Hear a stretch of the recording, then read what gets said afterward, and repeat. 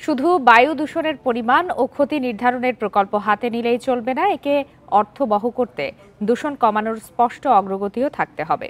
পরিস্থিতির অবনতি তুলে ধরার পাশাপাশি বাতাসের মান উন্নয়নে কার্যকর পদক্ষেপের পরামর্শ দেওয়ার আহ্বান পরিবেশ উপদেষ্টা সৈয়দা রিজওয়ানা হাসানের। বুধবার রাজধানীর পরিবেশ অধিদপ্তর ভবনে বাংলাদেশ ক্লিন এয়ার প্রকল্প নামে এক পরামর্শ কর্মশালায় এসব কথা বলেন উপদেষ্টা।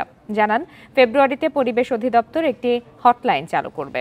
সেখানে ডিসেম্বর থেকে মার্চ পর্যন্ত শীতকালীন বায়ু দূষণের অভিযোগ জানানো যাবে, আর সে অনুযায়ী ব্যবস্থা নেবে অধিদপ্তর। উপদেষ্টা আরও বলেন, বায়ু দূষণের ৩০ থেকে ৩৫ ভাগই আসে প্রতিবেশী দেশ থেকে।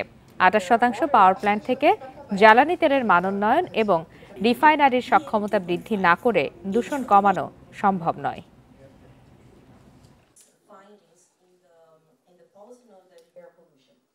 এবছর কিন্তু আমরা একটা টাস্ক ফোর্স গঠন করে দিয়েছি।